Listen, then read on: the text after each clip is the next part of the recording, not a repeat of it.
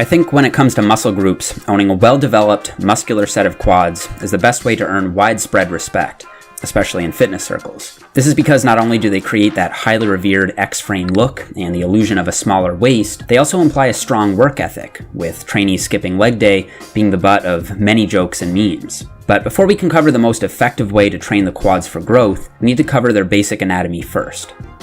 The quadriceps femoris muscle, or quads for short, is composed of 4 main muscles. Their names inform their anatomy, so most laterally, or outside, is the vastus lateralis. Most medially, or inside, is the vastus medialis, with the vastus intermedius sort of sitting in between the two. These 3 muscles originate on the femur and ultimately insert on the tibia via the patellar tendon, and they collectively function to extend the knee, or straighten the leg, like in a leg extension. Lying over top of these 3 is the beefy rectus femoris, which functions to extend the knee as well, but because it inserts higher up on the hip bone, it also performs hip flexion, making it a biarticular muscle, acting on 2 joints. Recent cadaveric studies have identified smaller 5th and 6th muscles in this group, but we won't focus on these. The 3 vastus muscles are a pretty even split of type 1 and type 2 fibers, indicating that a variety of high reps and low reps should be used. And multiple studies indicate that the rectus femoris is more type 2, or fast twitch dominant, meaning it may respond better to heavier loads. If I could pick just one exercise for the quads, it would be the squat.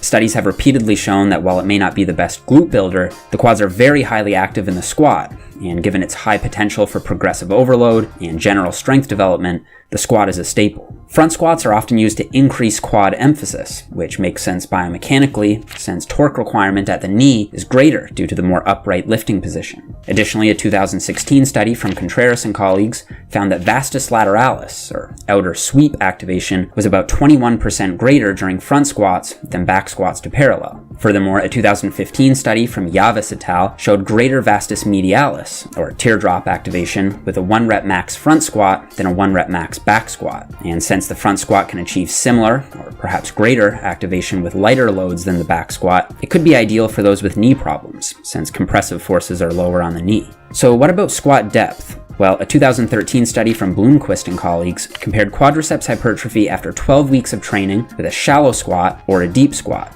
Using MRI, they found that muscle cross-sectional area was greater at every single site measured for the deep squat group, and the shallow squat group didn't see any increase in size at all for 4 of the 6 quad sites. The Contreras paper from earlier also hints toward quad activation increasing with increasing depth.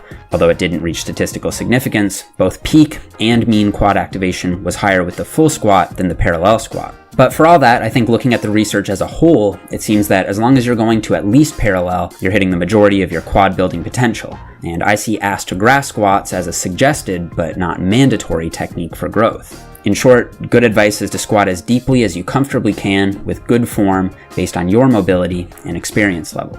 So what about stance width? Well, a 1998 study out of Illinois State University showed that squats with 75% and 140% of shoulder width resulted in the same EMG activation pattern across all heads of the quads. 2 later studies in 2001 and 2009 respectively also showed no difference between 1 and 2 times shoulder width, indicating that since stance width doesn't affect quad activation, you should squat with a stance that allows you to reach an appropriate depth comfortably and safely. And this should extend to similar exercises such as the leg press. And while the barbell squat is a well-researched, tried-and-true favorite, exercises like lunges and step-ups have shown very similar levels of activation to the squat, with the step-up actually outperforming the squat for vastus lateralis, or outer sweep activity, in one 2009 study.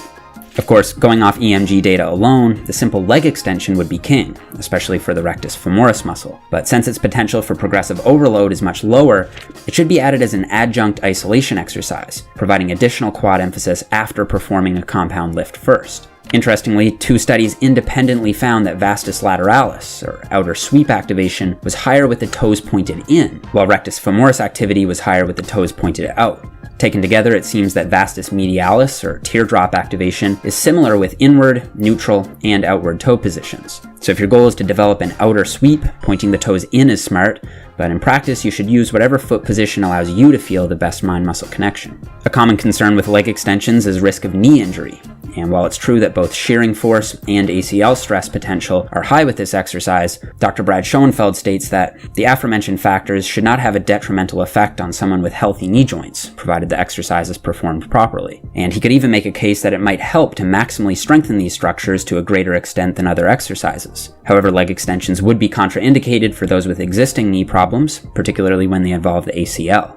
Strengthening the antagonistic hamstring muscles is also well advised for injury prevention when using this movement. According to volume expert Dr. Mike Israetel, most trainees will respond optimally with 12 to 18 weekly sets, including squat volume, with volumes above 20 sets typically causing recovery issues. For frequency, his suggestion is 1.5 to 3 times per week, with 1.5 denoting one very high volume session with one low volume mini session per week. I personally find a 2 times per week frequency with one heavy day focused on strength development primarily in the 4 to 8 rep range, and one higher volume light day with reps in the 8 to 20 range is practical for maximizing quad development for most. So if you put these sound scientific principles to practice with consistent effort, a strong mindset, and steady focus on strength progression, an impressive set of quadriceps femoris muscles are waiting to be built.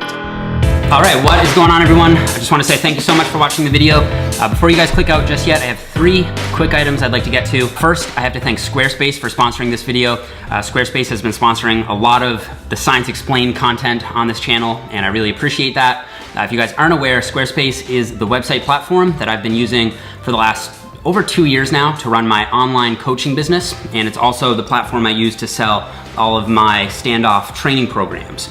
And over the weekend, I actually ran a Black Friday and Cyber Monday sale on all my programs, and Squarespace is just so simple and easy to use that it only took me about 10 minutes to set the whole thing up. So if you guys are looking to set up your own website or run your own online store, Squarespace is the service that I recommend, and you can save 10% off your first purchase by going to squarespace.com/Nippard and using the offer code Nippard at checkout. They have amazing, beautiful designer custom templates, and they also have 24/7 customer support. So if you ever get stuck on anything, you can just contact them and they'll help you out right away. Number 2, I've been getting a lot of requests for a lower body specialization program, but I'm not releasing that one just yet. I do plan to release a full body program in January that'll include every body part. And also, I wanted to just allude to the fact that I know I made a big deal out of squats in this video, and some of you may notice that I don't actually do a lot of squatting myself.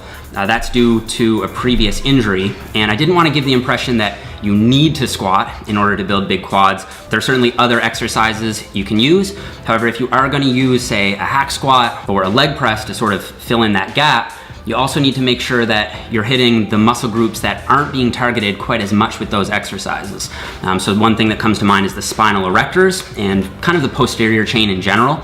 You get a lot of work for the posterior chain out of the squat, not quite so much out of the leg press. So you may want to add in, say, a lower back extension or a barbell hip thrust, or if you can deadlift, definitely include a deadlift. But I didn't want to give the impression that it was mandatory, because I think for hypertrophy, there really are no mandatory exercises. That's going to conclude this video, guys. If you liked it, please give me a thumbs up. If you happen to be new, don't forget to subscribe, and I will see you guys next time.